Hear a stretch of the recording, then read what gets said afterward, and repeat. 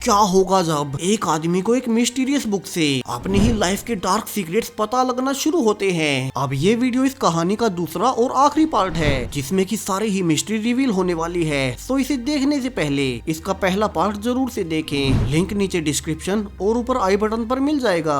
अब वोल्टर और रॉबिन के बुलाने पर वहीं जब तक पुलिस आती है तो वे पाते हैं कि अब उस गड्ढे में कोई कंकाल थे ही नहीं, यानी कि जो भी आदमी यहाँ घुसा था उसी ने वो कंकाल हटा दिया। तो पुलिस अब उन्हें पागल कहकर वहाँ से चली जाती है। तो वहीं अगाथा अब दोनों को ही लेने आई थी, जहाँ रॉबिन अब जाते हुए कहे जा रहा था कि उन दोनों ने ही उस कंकाल को वहाँ देखा था, यानी कि किसी और ने पुलिस के वहाँ आने से पहले उसे हटा दिया। और ये नंबर 23 इसमें कुछ खास तो है कि तभी अगाथा उन पर चिल्लाने लगती है और वोल्टर नोटिस करता है कि दरअसल अगाथा के ही नाखूनों में मिट्टी धसी हुई है, यानी कि उन कंकालों को किसी और ने नहीं बल्कि अगाथा ने ही हटाया था। यहाँ वोल्टर कन्फ्रंट करता है और कहता है कि वहीं इस बुक की ओनर है और उसी ने उस लड़की लोरा को भी मारा था, जहाँ से वोल्टर को अब उसके पर्स से एक चाकू भी मिल जाता है। और वो कहता है कि अगाथा शुरू से ही उससे झूठ बोल रही है और ये कहकर अब वो उस पर चाकू भी पॉइंट कर देता है, मगर अगाथा उसे रोकती है और सारी सच्चाई बताने लगती है, जहाँ से कहानी का अब सबसे बड़ा ट्विस्ट आता है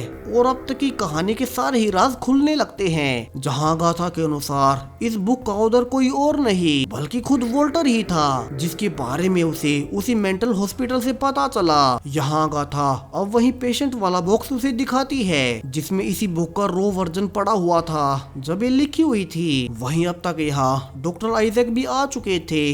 तो वोल्टर को लगता है कि वे दोनों मिलकर उसे फंसा रहे हैं, मगर अगाथा उसे उसका पूरा सामान दिखाती है, जिससे कि अब वोल्टर को सभी कुछ याद आने लगता है, उसकी सारी पुरानी यादें। तो वो डरकर अब घर से भाग उसी होटल के रूम नंबर 23 में जाता है, क्योंकि उसे कुछ याद आ रहा था। और वो दीवार के वॉलपेपर को हटाने पर पाता है कि उस बुक का मिसिंग फाइनल 23rd चैप्टर इसी दीवार पर लिखा हुआ था। और वोल्टर को याद आता है कि जब वो छोटा था तब उसकी माँ ने खुद की जान ले ली, जिसके बाद उसके पिता भी चल बसे, मगर उनके खून के पैटर्न से 23 नंबर जैसी आकृति बनी। और वो आकृति छोटे वोल्टर के मन में हमेशा के लिए बस गई, एक बुरी याद के जैसे। और वो धीरे धीरे बड़ा हुआ, जहाँ वो कॉलेज में लोरा से मिला और उन्हें प्यार हो गया, जहाँ जीवन में पहली बार वो इतना खुश था। मगर कुछ ही समय के बाद वो पाने लगा कि लोरा और उनके कॉलेज टीचर काइल आपस में फ्लर्ट कर रहे हैं। वहीं काइल, जो कि अभी तक भी लोरा के खून के आरोपों में जेल में बंद है, जहां लोरा को काइल के साथ देख वोल्टर के मन में वहीं बचपन वाली यादें ताजा हो गई जब उसने वो 23 नंबर देखा था। वहीं मेंटली तो वो हमेशा से ही परेशान रहा था, और अब जब एक खुशी जो कि उसे इतने अरसे बाद मिली थी, उसने भी उसे चीटिंग ही की, जहाँ से वोल्टर अब नंबर 23 से और ज्यादा ऑब्सेस होने लगा। उसका दिमागी संतुलन इस बार कुछ ज्यादा ही हिल चुका था, जहां लोरा काइल से मिलने लगी और उसने वोल्टर को एक नोट लिखकर ब्रेकअप भी कर लिया। मगर अब तक परेशान वोल्टर ने उस नोट का खुद से ही डिकोड निकाला, जो कि था किल हर, जिससे कि उसे लगा कि वो नंबर 23 चाहता है कि वो उसे मार डाले। तो वो भागकर लोरा के पास गया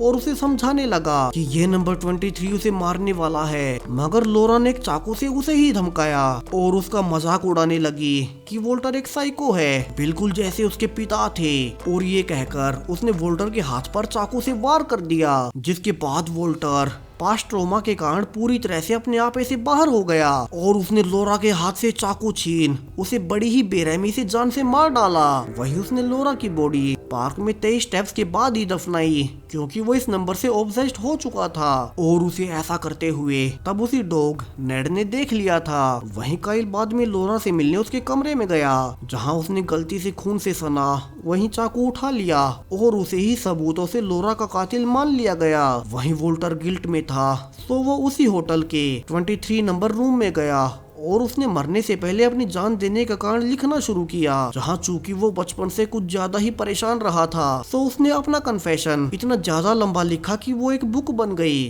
तो उसने अपने पहले 22 चैप्टर्स को एक फैंटेसी कैरेक्टर्स बना अपनी बुक में लिख दिए, क्योंकि अब तक रियलिटी और फैंटेसी वो दोनों का ही फर्क भूल चुका था। और उसने खुद को फिंगरलिंग कहा। वहीं आखिरी चैप्टर में उसने सब कुछ सारा सच लिखा था, जो कि उसने इस बुक से हटा दिया और होटल की दीवार पर ही लिख दिया। और यहाँ से उसने खुद की जान देने के लिए खिड़की से जंप लगा थी, मगर किस्मत को तो कुछ और ही मंजूर था और वो नीचे गिरने के बावजूद जिंदा बच गया और उसे हॉस्पिटल लाया गया और डॉक्टर्स ने पाया कि उसके सिर पर चोट लगने से अब वो पास्ट की सारी ही याददाश्त भूल गया है और हॉस्पिटल में कई महीने बाद अब रिकवर होने के बाद उसका ब्रेन पिछली यादों को ब्लॉक कर चुका था, जहां से उसे छुट्टी दे दी गई और यहीं से जाते हुए वो पहली बार अगाथा से मिला भी था। वहीं उसी हॉस्पिटल के एक डॉक्टर को वोल्टर की लिखी हुई बुक मिल गई, जिसमें कि 23rd चैप्टर था ही नहीं, वो चैप्टर जिसमें कि सच लिखा हुआ था। तो वो डॉक्टर खुद भी उस बुक को पढ़ अब उसी नंबर 23 के ऑब्सेशन में खो गया और उसी ने वो बुक बनाकर पब्लिश करवाई। और इसीलिए जब उसने वोल्टर को देखा था तो कहा था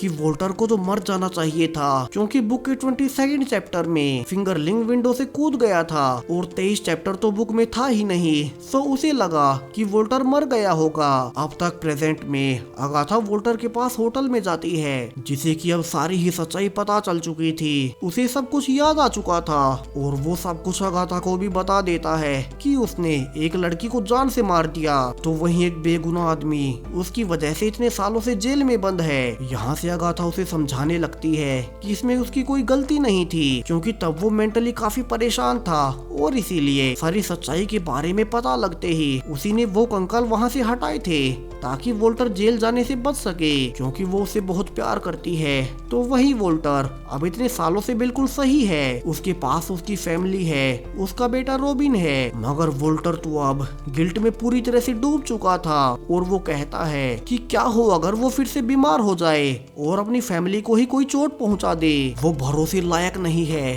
तो अपनी फैमिली की सेफ्टी के लिए अब उसका मर जाना ही सही रहेगा। और ये कहकर वोल्टर अब होटल से निकल अपनी खुद की जान देने के लिए रोड पर आता है और यहाँ वो पाता है कि एक बस जिसका नंबर 23 था अब उसी की ओर तेज स्पीड में बढ़ रही है। यहाँ वोल्टर मरने ही जा रहा था कि उसे अपना बेटा रोबिन नजर आता है, जो कि उसे बहुत प्यार करता था। यहाँ वोल्टर नहीं चाहता था कि उसके बेटे के साथ वही हो जो उसके साथ हुआ, तो वो बस के आगे से आखिरी मिनट पर हट ही जाता है, क्योंकि उसने भी बचपन में अपने पिता को मरते देखा था और अब वो अपने बेटे के साथ फिर से वही सब होने नहीं दे सकता। जहाँ से वो अपने बेटे रोबिन और अगाथा को गले से लगा लेता है। अब आखिर में फाइनली लोरा के पेरेंट्स उसकी कब्र में उसके कंकाल को दफना ही देते हैं। वहीं काइल को पुलिस ने छोड़ दिया था, क्योंकि वोल्टर ने उन्हें सब कुछ सारी सच्चाई बता दी थी। वहीं वो खुद भी समझ चुका था कि ये नंबर 23 सिर्फ उसके बीमार दिमाग की उपज थी और ऐसे देखने जाए तो जो हम देखना चाहते हैं वही नंबर हमें ज्यादा दिखने लगेगा। जहां अब आखिर में उसे छोड़ भी दिया जाता है, क्योंकि जब उसने वो जुर्म किया तब वो मेंटली बीमार था और मेंटल हॉस्पिटल से छूटने के इतने सालों बाद तक भी वो अपनी फैमिली के साथ अच्छे से रह पा रहा है और उसे तो बस कुछ समय के लिए सरकारी निगरानी में रखा जाएगा। जहाँ वोल्टर अब सब कुछ खत्म होने के बाद अपनी फैमिली के साथ काफी ही खुश था कि आखिर में उसे घड़ी में फिर से 23 नंबर दिखाई देता है और ये कहानी यहीं खत्म हो जाती है। तो आपको 23 नंबर की थ्योरी पर क्या लगता है, क्योंकि वोल्टर को आखिर में भी वही नंबर 23 दिखाई दिया था? अपनी राय कमेंट्स में जरूर से बताएं। और ये movie the number 23 Jim Carrey के करियर की काफी ही यूनिक मूवी थी, क्योंकि इसमें जिम कैरी ने एक सीरियस रोल प्ले किया था जो कि काफी सही था और वे अपनी कॉमेडी रोल्स के लिए जाने जाते हैं, मगर इस बार सीरियस रोल में भी वे काफी अच्छे लगे। तो वीडियो पसंद आया हो तो चैनल को सब्सक्राइब करते जाएं और मैं मिलूंगा आपसे और भी ऐसे ही मिस्टीरियस वीडियोस के साथ। Thank you.